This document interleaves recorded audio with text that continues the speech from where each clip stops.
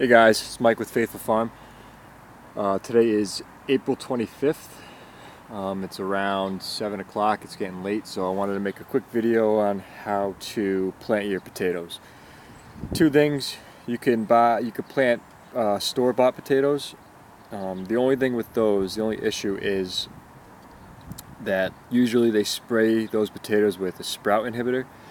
So, as you can see with this potato, these are the eyes of the potato. If they spray this, it will inhibit sprout growth. So you'll plant it in your trench, and you will just keep waiting and waiting, and you'll end up with no vegetation popping through and no potatoes.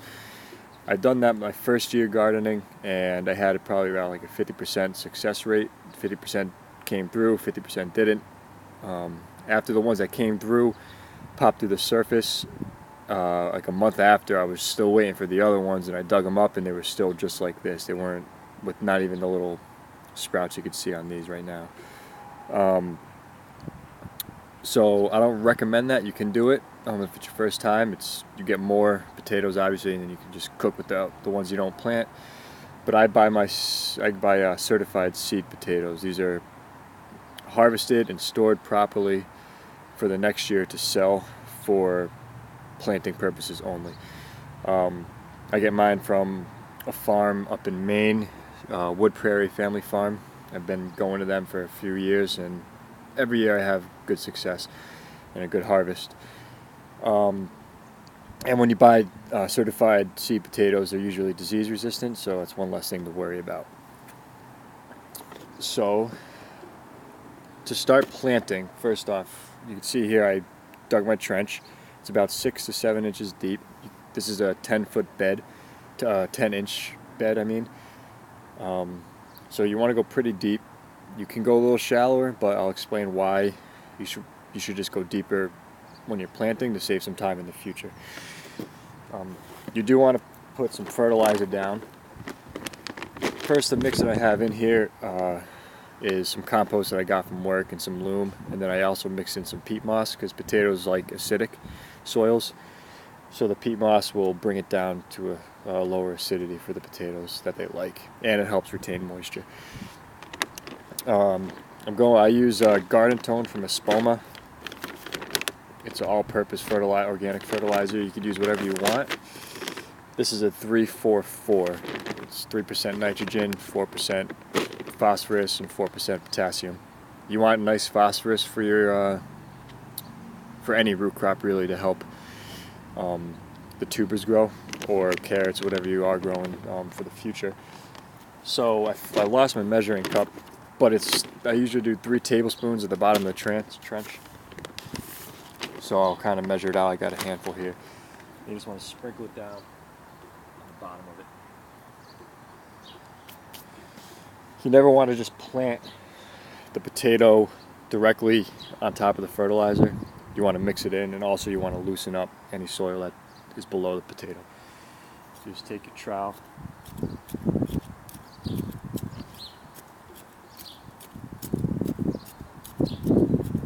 Just like that. And you want to make it nice and loose. Before I plant these, real quick, this potato here was one. It was about a little bit bigger than a golf ball size. You could plant one just like that if you want. It's no problem. I split this pack about a pound for like $5 from the farm, and it came with 4 potatoes. One was this size, and 3 were pretty decent size. And I wanted 8 potatoes out of this, so I just cut this one in half. Didn't need to, but for the ones that were a little bit bigger, you don't have to, but you might as well, because you can get 2 out of it. So you cut it in half. You just want to make sure each piece has at least 2 eyes on it. These are the eyes that will end up sprouting. All these little, if you leave these indoors, there's a process called chitting. I planted other potatoes the other day, and I let those chit. Check out my Instagram page. I took some pictures of what that means and looks like. It's just letting these grow in natural light before you plant them for a couple weeks, and these will actually sprout and form big sprouts. You've probably seen it in some of your store-bought potatoes after a while. But that's not a necessity. You don't have to do that. It just gives you an earlier start and an earlier harvest. The other ones that I had were a little bit bigger than these. This I'm just planting as is. It'll just take a little bit longer to sprout through, but it won't make any difference in the end. And then one more thing, after you do cut them in half, you want these to sit for about a day or two to scab over. You don't want to plant a fresh cut potato because it's wounded, I guess you could say, and it's open, and that can expose it to diseases and stuff in the future. So you want to let it scab over. It's kind of leathery to the touch, and then you know that you'll be safe, and it will be enclosed in like a scab. So these are caribou russets. I planted, there's actually a row right in here that I planted of Yukon Gem, and then in my other bed to my left I planted another Yukon Gem and some red clouds. So any potato that you plant, everything's the same, same depth, same spacing. So you can go whatever you're planting, just base it off this video. These you want to, like I said, 6 to 7 inches, and you want to just place it this end down or eyes up. There's only a few on this one, so we'll see how it works. There's one here and one here. So you want to plant those eyes up. This one again, about 12 inches apart. This is a 4x4 bed, and in each row I plant about 4 potatoes, so that will give you a good idea of what they look like. So after you plant those in, you just want to fill them up.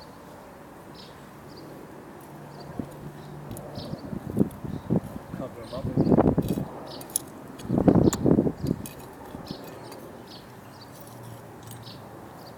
When you first dig your trench, you want to remove any big clumps of dirt or break it up or any rocks, because that can get in the way of good growth. So after you cover them up, I don't have a stake with me, but I would mark it about there, because then if I plant another row, which I will, I'll plant them another foot this way, and then I'll plant another one a foot that way. So these two smaller beds, these 4x4 beds, are all potatoes, and then actually you could grow some more like radishes and stuff in between that will grow quick and harvest quick before it gets too tall. The potatoes get too tall and shade out any crops.